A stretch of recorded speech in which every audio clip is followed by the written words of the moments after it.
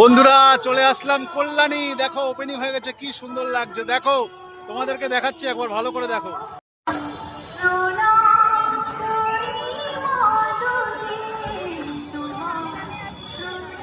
রবীন্দ্রনাথের শারদোৎসবে মিশে আছে সারা বিশ্বের বাঙালিদের আবেগ।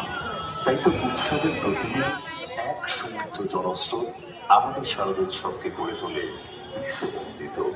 সেই বিপুল জনস্রোতে